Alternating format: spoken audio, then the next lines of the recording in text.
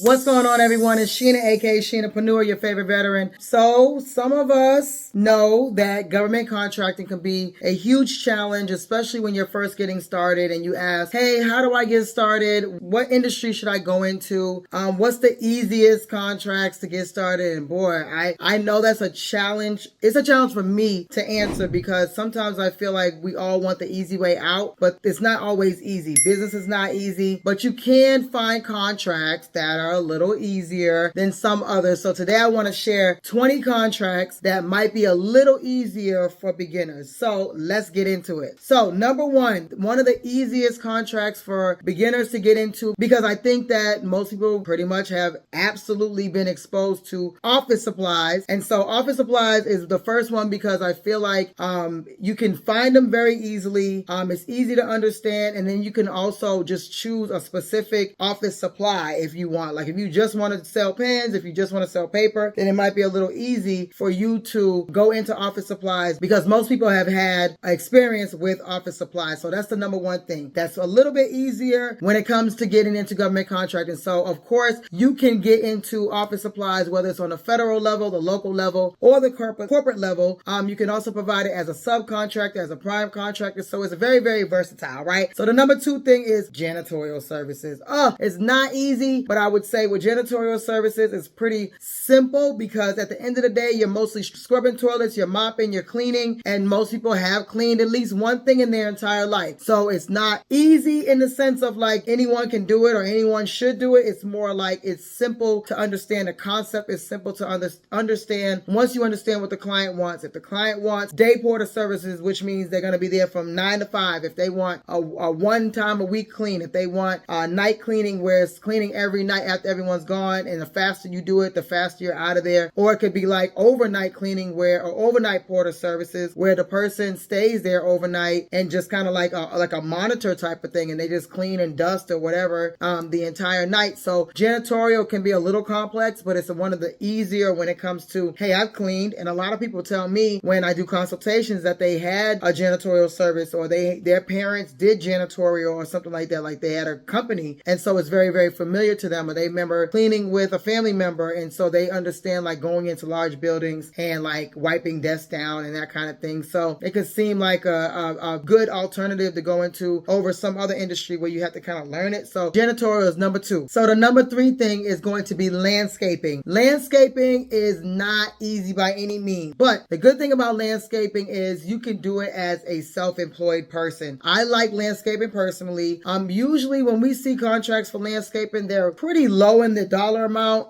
And that's usually because the people that go after these opportunities are going to be riding on their own lawnmower. It's going to be possibly a retired person, and they're going to be riding on their own lawnmower in order to accomplish the goal. So there's no way to compete with that. With me being sometimes with being a company that's providing that service, and I'm subcontracting the work out. So my subcontractor has his price, and then I put my price on top, and then that outprices us sometimes in the landscaping realm. But just depending on where you are, whether it's federal, local, or corporate, can determine what your experience is with landscaping. But as far as like someone just getting on a lawnmower, riding lawnmower, and doing the work themselves, relatively easy if you already know how to provide landscaping or you already know how to cut grass. The number four thing is catering services. If you already cook, listen, don't get into catering service if you can't cook or if you don't know anyone that can cook. Catering services is easy if you already do this type of thing. If you already know how to provide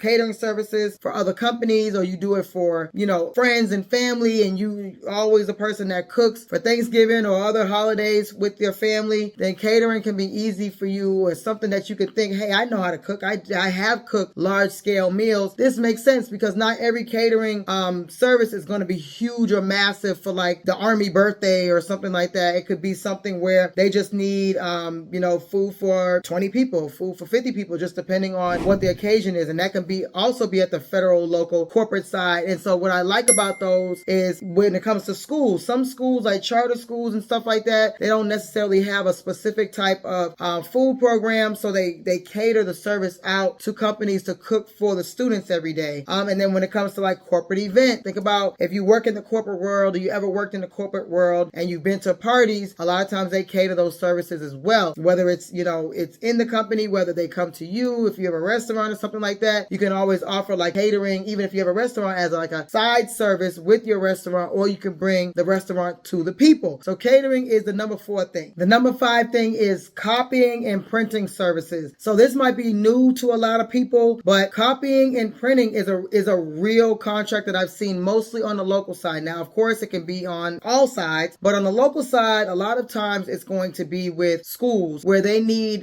brochures printed out, or something like, let's say, the housing authority, HUD, where they need a lot of brochures or a lot of flyers printed out in the thousands, tens of thousands, and they need those printed and delivered a lot of times. So it's simple enough, especially if you already have a place where you do large amounts of printing, or you can outsource it to a company that does it, where you send in the information and then they send you the actual product back. Places like Vistaprint and a bunch of other online companies where you just send the graphic and then they send you the flyers, or they send you the documents that you need, and then all you have to do is figure out how you're going to package it and then give it to the client. Or you can have essentially drop ship it and have the client receive it directly from the printer. So that all depends on what it says in the solicitation, because the solicitation might say the awarded contractor must hand deliver documents. So that's something you just have to look out for. You have to make sure that you're actually reading these solicitations, because there might be little parameters in there. Let's just say someone else had this contract prior to you and they had it come directly from the printing company, and you weren't participating in that logistical piece at all, and they left the documents outside in the rain, and then the flyers got damaged. So now the agency is scarred for life. They want to make sure that you are delivering these with care, and they're not just being delivered from another country or another state, and it ends up being a big old mess. At least if it comes to you and it's not right, you have first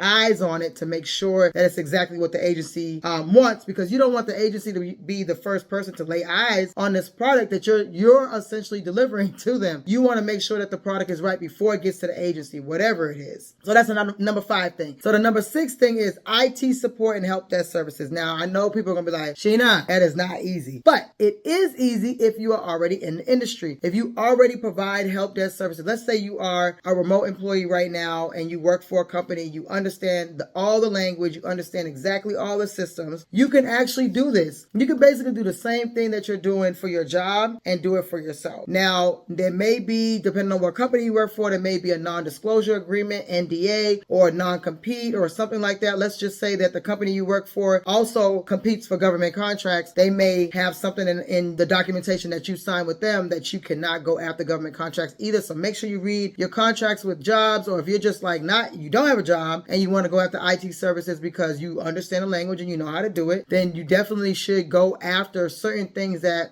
seem like they're within your wheelhouse, because you don't want to do something that's way too massive for your liking or for your within your ability to perform. But IT services and help desk services can be very, very lucrative or very, very easy if you already are in the industry. So that is the number 6 thing. The number 7 thing is translation and interpreter services. The reason why I love this so much is because I'm trying to learn a new language. You know what I'm saying? Like, I took Spanish in high school and I did well, but if you don't use it, you really do lose it. And so I've been trying to get my Spanish game back, but I'm a work in progress. And I'm trying to learn sign language, also work in progress. It's on my bucket list. I'm gonna get it done. But I'm just saying, interpreter services and translator services, those who speak multiple languages, that should be easy breezy for you. That is literally second nature to you all who speak multiple languages. There are several contracts out there for interpreter and translation services on the local level, federal level, corporate level. So all you have to do is just understand what the actual title would be. It may not be translator services. It may not be interpretation services. It might be labeled something else. It might say Spanish services. Honestly, because this is human based, right? It's a human business, and they are the ones that are writing these solicitations, and they're titling it sometimes not the correct way. So whatever that NAICS code is for translator services or interpreter services, make sure you look at any type of variants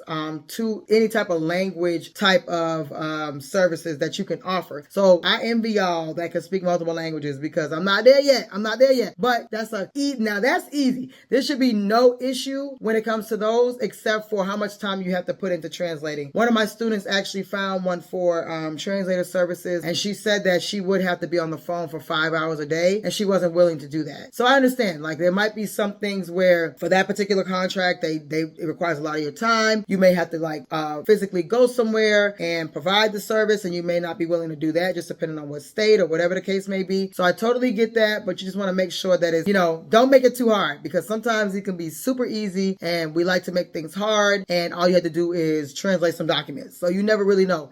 And the reason why that's important is because sometimes when there's a straight translation, like AI type of translation, or using like Google, what is it called? Whatever that thing is, it might not translate exactly the way the normal language is. It just does like word for word, like it translates every single word instead of making it a natural language. That's why they use human interpretation services, or human, even linguistic services, because they want to have that smooth language understanding for the person who's actually going to be receiving the translation. The number 8 service is going to be courier and delivery service. Why? Because if you already have a van or a box truck or something, you can easily find courier services, and it may not be listed under courier. So again, it's very, very important to know your NAICS code, and any variant that's related to that NAICS code. It might just be delivery services. You never really know. So you want to make sure that you're looking at some solicitations to see if they're using different language, and you just write all those keywords and keep them somewhere, so when you're looking for contracts and it's courier services, but they don't name it courier services, and you know what you're looking for. So that's easy if you already have the vehicles, and you already know how to do it. You already done it, and it's in your local area. Whatever you feel is the reason why it might be easy for you. And I feel like it's one of the easier ones because it doesn't require a whole lot of, management. You could just use, employees, or just do it yourself. So I think that's really, really important. So that's the number 8. So the number 9 is event planning and coordination. So if you're the designated person in your family that does event planning, this should be relatively easy for you. I am the designated event planner in my family. I coordinate stuff. It's always about how I set things up, and everybody leans on my every word when it comes to planning events, planning parties, planning trips. And so if you're that person, you've been doing that, there are event planning contracts. It may not be called event planning. It might say parties for Department of the Army, or it might say event for Department of the Army. It might not say event planning. It might just say event. It might say MWR, which is morale, welfare, and something. It might be an event that the organization, the MWR organization,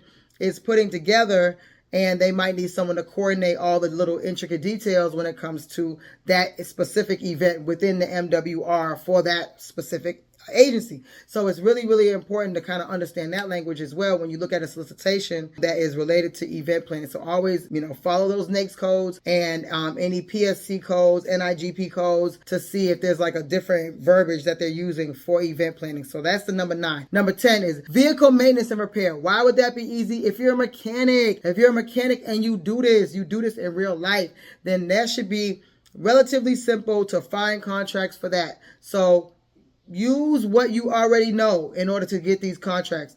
If you're the repair master of all masters, look for a contract related to that. Look for vehicle repair. Look for vehicle maintenance. Look for, it might be a different type of vehicle. It might be aircraft, where you're like, well, I don't do aircraft maintenance, but you might know someone that does, and you can get that contract and then bring that person in, because they may not know anything about government contracting. So that should be easy for you guys. And so that is number 10. So number 11 is facility maintenance. Ooh, my favorite, right? So facility maintenance is usually like HVAC or anything related to air, anything related to facility maintenance, but it can also include other types of structural maintenance. So it could be drywall, it could be paint, it could be, it could be landscaping, it could be something like that. So facility maintenance and repair should be relatively easy. Again, if you're already in the industry, or you, like with me, I wanted like diversity, even though it falls under a lot of the janitorial and all those things fall under facility management, facility support, and maintenance, however you want to categorize it. A lot of my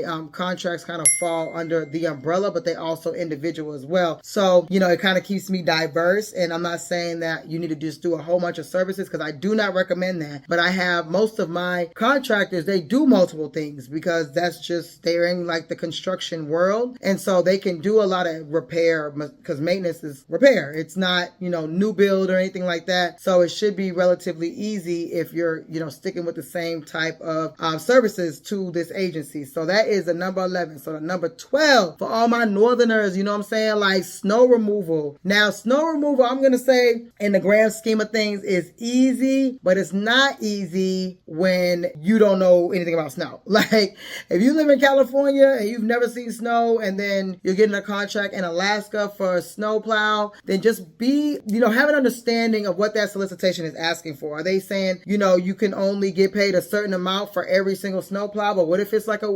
icy? What if it's a different, I guess it's like different type of snow, like type 2 snow, type 1 snow. Look, that's all new to me. I just growing up in Massachusetts, snow was snow. I didn't really know if I knew a difference, but apparently there's a difference in snow, so you have to just make sure that you are understanding what that particular contract or what that solicitation is asking for if you are going to sub this work out or you're going to get behind a snowplow and do it yourself. So that's number 12. Number 13, pest control services. Same thing. If you're not afraid of pests, start a pest control company, get certified, and then also with that, you can do like pesticides. You can, not just, killing, putting traps down, but you're also, if you have, I guess it's the pesticide certification, then there's other things that you're allowed to do. And then they also, with pest control, they have wildlife. I have a pretty good friend that he is really not on the bug side, but on the animal side. And he knows everything about bugs and animals. It's very interesting. It's very interesting. I didn't think I really wanted to know about like rats and raccoons and stuff, but it's really interesting when someone really, really knows what they're doing when it comes to wildlife. But that usually falls under pest control. So it's easy because you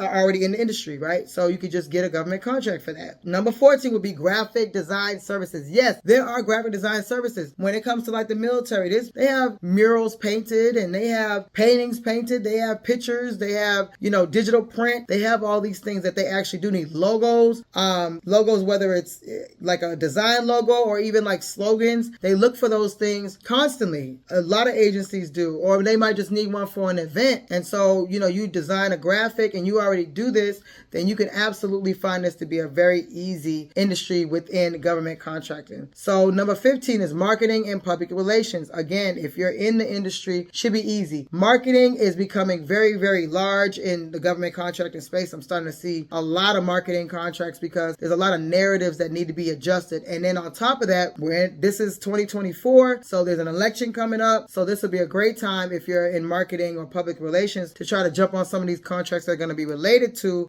voting or anything to do with the election. So right now, this is August of 2024. This is a really good time if you can get into, the industry. Like, today's the day, Sheena. Today's the day. I'm going to bid on a contract because I'm in marketing or I'm in public relations. There's an election coming up. I'm going to shoot my shot. This is a great time to do it. So you're in the industry, go out and do great things. That's what I want for you, right? So another thing, number 16 is going to be photography. Duh, if you're a photographer. So I just saw a contract for photography and they wanted like people to walk around on Wall Street and take pictures of people, and it was massive. It was a massive contract and it was like kind of fun. It was kind of fun to read because they really did need a lot of intricate details. And if you're a photographer, then this should be like understanding pretty normal for you with the different type of shots that they need, videos that they need, videography. I know it's a little bit separate. Not everybody does videography and videographers don't always do just still photos, but it should be, there's contracts for that. Contracts for photography and videography. There's plenty of them on the federal side, local side, and especially the corporate side, because a lot of corporations, they want to show what they're doing behind the scenes and show that they're, a caring company and that they want to do great things for the community or great things for their employees. So photography and videography are excellent industries to get into. If you're already in, excellent contracts that you can get, and, with the recognition that you would get and the resume, you're building up your resume by doing that. It's cool that you shot your family reunion, but imagine saying, I've done videos on Wall Street. Like, that's an amazing resume builder, okay? So the next thing, number 17, is staffing. Staffing is really, really, I've seen mostly staffing on the corporate side. So staffing is one of those things where you gotta love it, okay? You gotta love staffing. I don't love staffing. I don't like staffing. I don't even almost like staffing. I have a disdain for staffing myself. But a lot of things we do really in government contracting is kind of based on staffing, and we don't look at it like that, because if you hire someone to fulfill a contract, you're kind of like staffing because you're not coming up with an invention. But nonetheless, if you're basically a staffing company and you're providing like, a resource of people, then it's a great thing to get into corporate contracting. And I've seen a lot on federal contracting, especially when it comes to like national disasters or national, like the CDC does this a lot, where they need a uptick of doctors and nurses and specialists, and they need a staffing company to provide all these people, all these great people. So staffing is relatively easy because you are already in the industry. You already know how to find the people, how to vet them. You have your own process, and then you just looking for the agency that needs the staffing. And that is number 17. So number 18 is training and workshops. This is especially near and dear to my heart. If you've seen the video with Alvarez that I did an interview with her about, I don't know, a couple of weeks ago, I'll leave the link in the description. But she does training and workshops, and she is a master at it. And a lot of people don't know that. These agencies don't know that they need the training and the workshops. And so with that is going to include, a lot of unsolicited proposals. Like, hey, you need this. School, you need this. So you submit them an unsolicited proposal, and then you're able to implement a training program that you came up with. You're not bidding. You're not having to go and, adhere to what the agency is asking for. Especially if you know better and you can offer them a better service, then you just offer the service on the onset. You're like, you know what?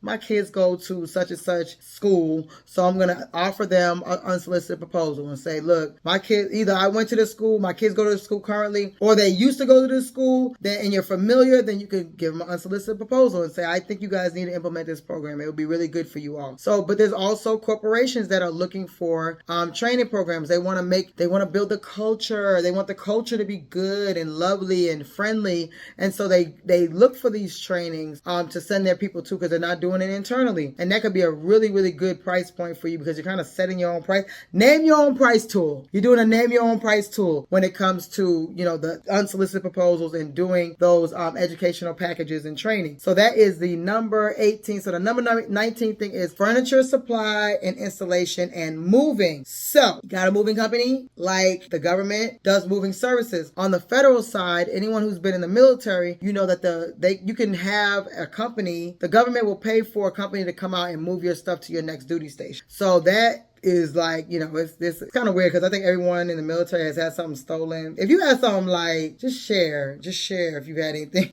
I had my CD book stolen. My CD book, y'all, I haven't gotten it back yet. But anyways, the government does pay for service members, military service members, to have their stuff moved. I'm sure they do that probably for civilians too. If they're going to be working for the federal government, let's say overseas, they can have a company come and pack up all your stuff and move it for you. So that's very much so a great industry to be in.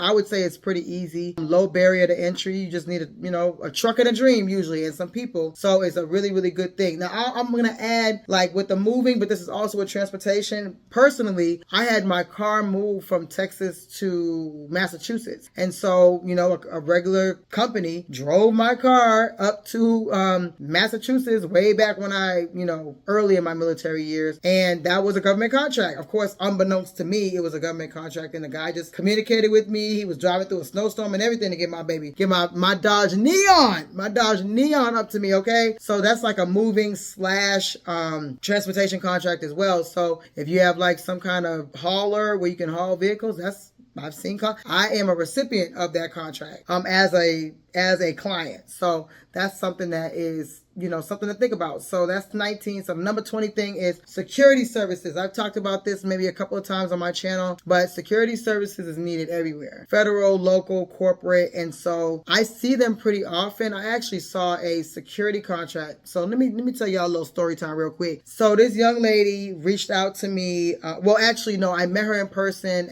I was getting a service done. So I'm not gonna say what the service is, but I met her and she just was like, oh, government contract. And she was telling me that she was having a hard time trying to learn how to do it. So I was like, okay. So she literally I gave her my number, which that was early in the days when I used to, when I didn't charge as much. And so she kept texting, kept calling, and I was like, okay, fine, I'm gonna help you out. And so I found like the perfect contract for her, y'all. Perfect. It was in a local city that's not that far from her. They needed 2 security guards. Like 2 or 3 times a week to guard the parking lot of the library.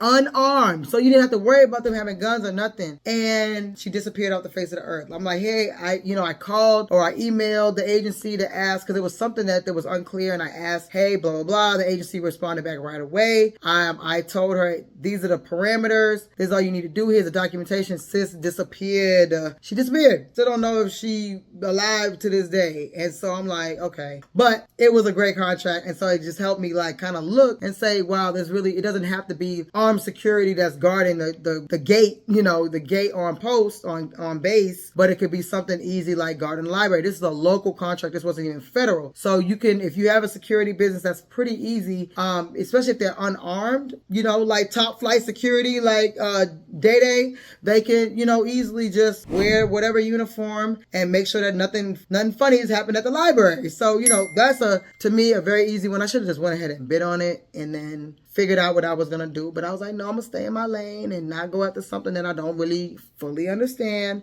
because I don't believe in that. But anyway, so I wanted to give you those 20 easier for beginner contracts. And it's only because if you already you already do this industry out of one of the 20 that I have mentioned. If you already do it, then it should be relatively easy for you to go into that in the government contractor, because people ask me all the time, which industry should I choose? Now, if you got one of those 20, that's the industry you should start with. Start with that industry. So I have my course, GovCon Now, where I teach you about federal contracting, local contracting, corporate contracting. I have a section for my veterans. Veterans also have a forever discount with the GovCon Now course, so you just have to message me, email me. My email is in the description, so you email me and say, hey, Sheena, I'm a veteran. I'm interested in the course. I want to get the course. Boom, boom, boom. Have to create a special code for you. You get the code, and then you go on and work with me, and I am going to be your mentor, where you can reach out to me unlimited times, essentially text, schedule calls with me, and make sure that you are on the right path, or the path that you